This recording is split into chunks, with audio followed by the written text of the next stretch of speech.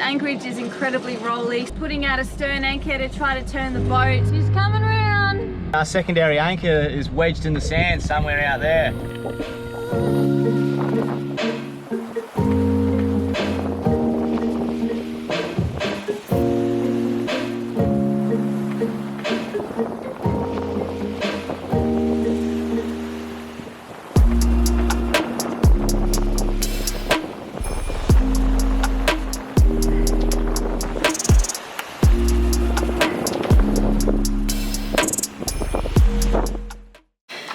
So we're here at Simeulue. This place is a little bit different and a little bit daunting because it's governed by Sharia law, which is the law of the Quran. And so as a tourist, I don't know how this affects me or what I need to do differently. And normally I get up, Google and have a look, but we haven't had internet for a while now, so I'm running a little bit blind. So I'm going to wear a big t-shirt and some loose long pants to the beach and take a scarf with me as well, just to be on the safe side until we can work out what's required of me. Alright, can you see any animals around? No goats, no chickens. Buffalo? No chickens. Buffalo? No buffalo. Alright. Should we let him go? Yeah. Okay. This is why yachties don't wear pants. This is why 3/4 pants were invented for yachties.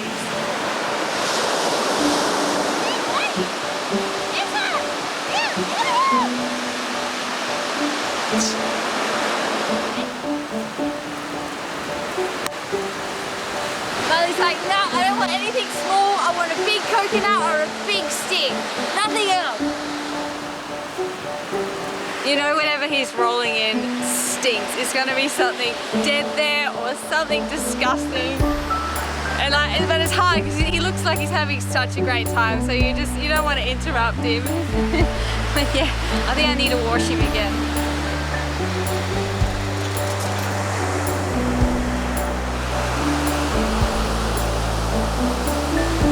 It's really hazy here, like I think there must have been a fire somewhere or something, because the whole bay is just covered in smoke. Yeah, it smelled real smoky this morning as well, but you generally have that from cooking fires. But now it's like, it doesn't smell smoky, but it's you know, really hazy. Look at how hazy it is. We're up early this morning here at Simeulue because neither of us got much sleep last night. This anchorage is incredibly rolly, so first thing, we're putting out a stern anchor to try to turn the boat so that we're facing directly into the wind. Try and stop this roll that's going on. There's not too many anchorages around here and we're trying to edit. We want to just try to work with what we have before we spend a whole day trying to sail somewhere else. when we anchored yesterday, it was blowing southerly, so our bow was facing out to sea. The wind was holding us, so the bow was up into the waves and we're riding over it, but it's forecast to go east. It's already east this morning and it went last night and just turned its beam onto this swell. If you stick it in reverse, left hand down, and I'll just keep pushing on the back here and tugboat us around. Just got to keep that chain tight. There's fuel in the back there, can you get it for me? Yeah.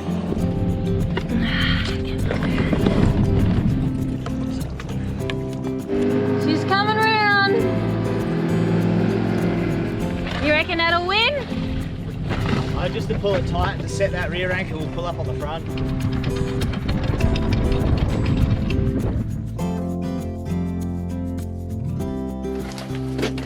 You want some chippies? What are they? They're delicious. Honey flavours. They're so good.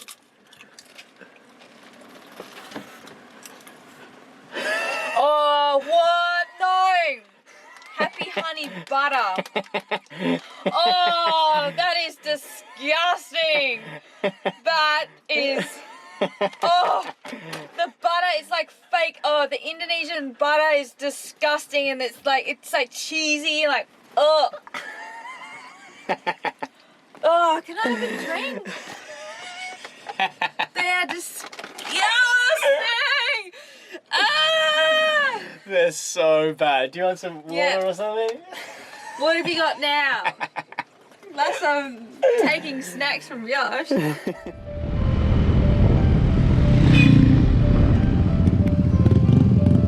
We just sorted ourselves out with a sweet little ride. What's the hog's name? The last one was a Lola. What do we call this one? Claudia. Claudia. Claudia. Claudia. Claudia. Concord. Give us a... It's the Concord. Give us a... Is that alright? Bit of a weapon. Okay.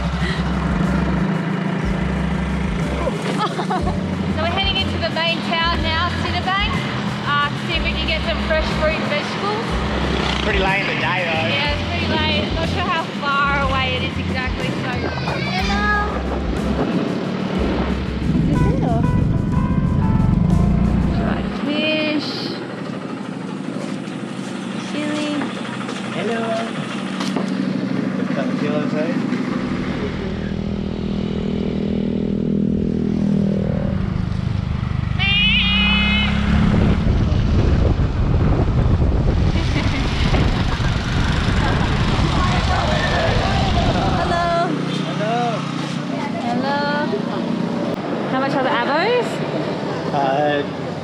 $2 per kilo, so $2 per kilo. Wow. And big fellas too, eh? Yeah. So when you're provisioning for fresh produce, it's always good to buy them at different stages of ripening, so that then you can eat the closest ones to being ripe first, and then you know, 2 weeks down the track you'll have one that's just starting to ripen. So that's how we like to do it. What is it? Uku. Okay.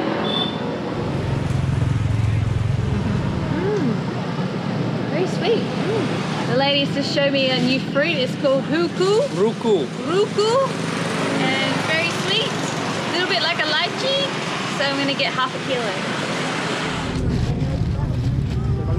Alright, we stocked up on fruit and veg now, so should be able to stay alive for a few more weeks. Woke up early this morning to Nandji rolling around. So I come out to see what exactly has been going on, and our stern anchor line had snapped, or the knot come undone. I'm saying snapped because my knots don't come undone. Yeah, but it means that we've only got half the line, and our secondary anchor is wedged in the sand somewhere out there. We've swung around a bit this morning, so it's quite a big area where this could be. We beam onto the swell again now. There's a bit of a squall, so we're spinning around, but it's not comfy at all. It's impossible to find that anchor. I need to wait till the water clears up. Because of all this rain, it's pretty murky, and now it's just been bucketing down, so all the runoff off the land, we're just in brown water now. So you can't see anything, so we're gonna have to wait for a day when it's cleaned up. You're probably wondering why there's not a float line or a buoy on that anchor. There was, but my knot came undone underwater because I used the stiff old shitty rope. On the bright side, at least our tanks are full. I was surfing up the point yesterday and I saw the tender floating away because the anchor had detached, and I don't know, the shackle must have come loose or something. I didn't have a mask, so this morning the first thing we got to do is go up and try to find our anchor. The water's pretty green. I don't know how we're going to go finding this anchor. Alright, it's around here somewhere. Guess we just got to jump in and hope for the best. Bonita's looking good. No skin.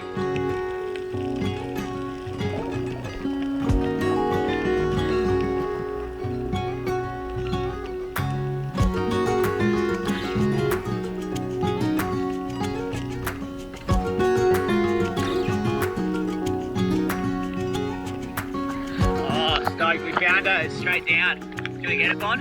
Yeah, I get it. I'll hold the boat.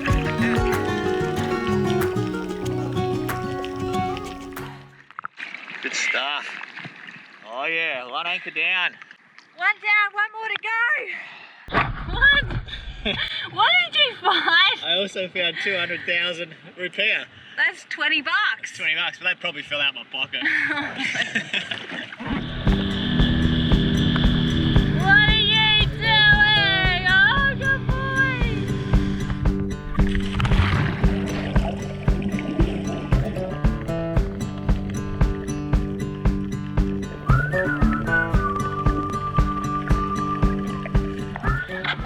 Bonita seems to think she's found her, so I've quickly jumped in the tender. I found the rope. Oh, that's the rope, yeah. It's gonna lead to the anchor, so well done. It's gonna be heavy, so. Do you want me to get the anchor out?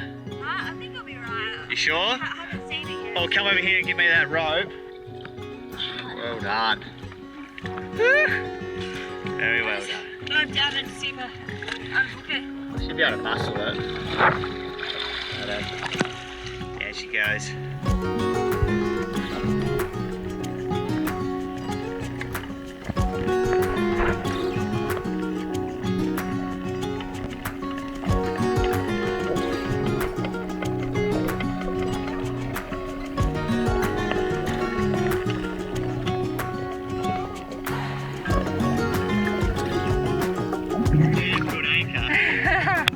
Good sand anchor, that's for sure.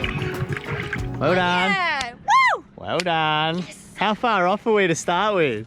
Oh, we were way off. We were so way off. Way off. It was a good move. We reversed back up on the anchor with Nandji so we could get Nandji roughly where it was, then we could have a bit better guess of where the anchor could be. Bonita's like, why don't you check over there? And I'm like, no, I reckon it's here. Why don't you go check over there? And then she found it. Sometimes the captain should listen to the boss more often. Shh. Now that we got the anchor up, I can see what happened and why we lost it to start with. I thought maybe the rope had snapped or my knot had come undone. Neither of those were the case. My knot is still very, very truly done up. It's a double sheet bend and it was a little bit too tight because it's held the outside of the rope, and the anchor has pulled the whole inner of the rope through the outside protective coating. So the whole strength of the rope on the inner was still tied to Nandji, and that's just ripped the whole thing out of the rope. It wasn't the best quality rope though, was it? The rope was pretty old. Yeah. And there was a little cut in the outer sheeting 3/4 of the way through, but it's pulled the whole inner rope out. That's like 15 meters of rope, 20 meters of rope. So that's pretty crazy with the forces. Here, mate. Okay, go!